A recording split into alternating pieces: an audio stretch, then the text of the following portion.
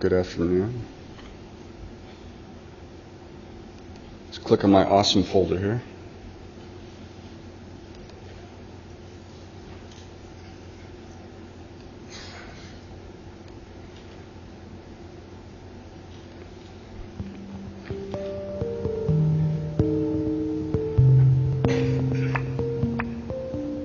So I just want to tell you a bit about the Barbarian Group and just show you some of the work that we've done. And then I'm going to take you through 3 specific examples. This is some work we did with Chrisman. And you can just sort of see, I'm just going to sort of flip through some work. So basically we are located in 3 cities in the United States. And Boston, New York, and San Francisco.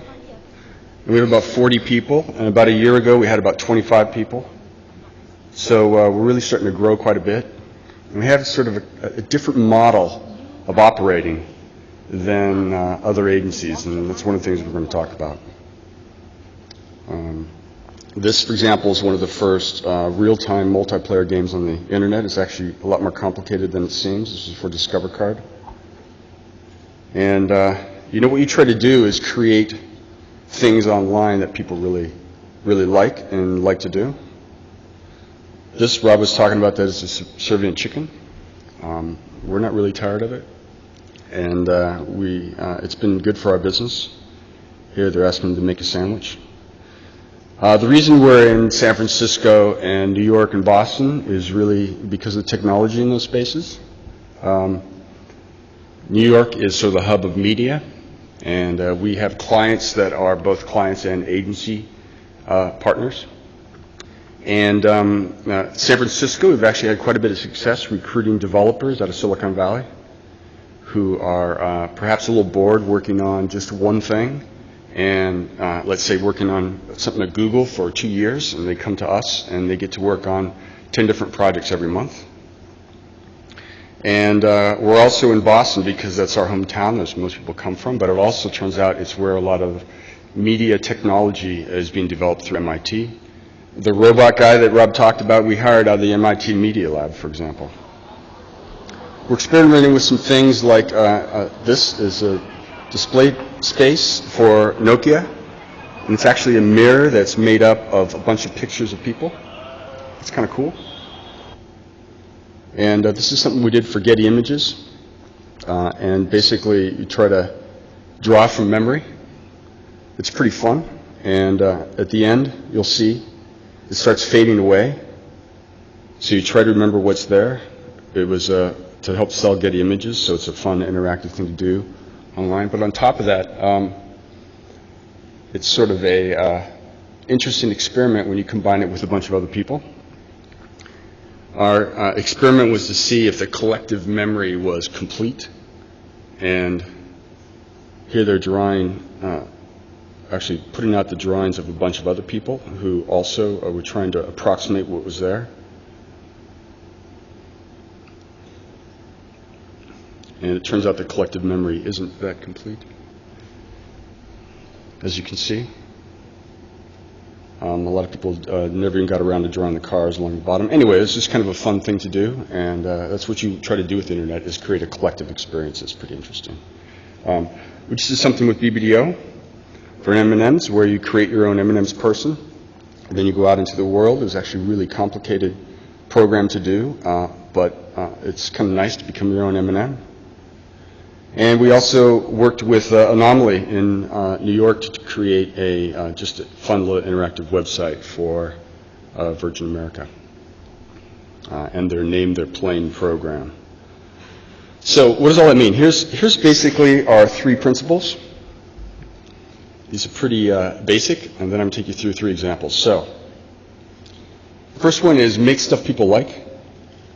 I know in the advertising business that's not necessarily the thing you try to do, but in the internet, you want to create something that people go to and people want to experience and want to be part of. I'll show you an example of that. The next thing is we never do the same thing twice. We try to focus on the edge of the web and things that haven't been done before. And so we look for clients and agencies who want to do things that have never been done before. And the third thing is experiment constantly. In fact, a third of all of the time of all the people that work for us, we put towards non-revenue generating businesses, a lot of marketing R&D, and we do that because, well, it keeps people interested. Our turnover is extremely low, and on top of that, it leads to some exciting new businesses. I'll explain that in a minute. In terms of making stuff people like, Rob referred to this.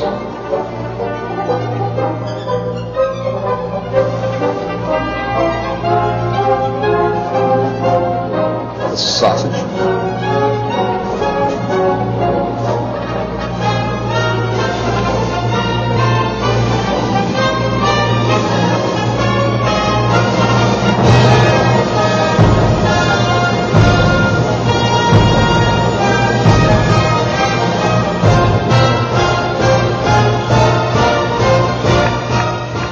The beer cannon was downloaded, 3 or 4 million times. It got more hits than any other website that Miller had. And it's based on the principle that guys just like stuff when stuff blows up.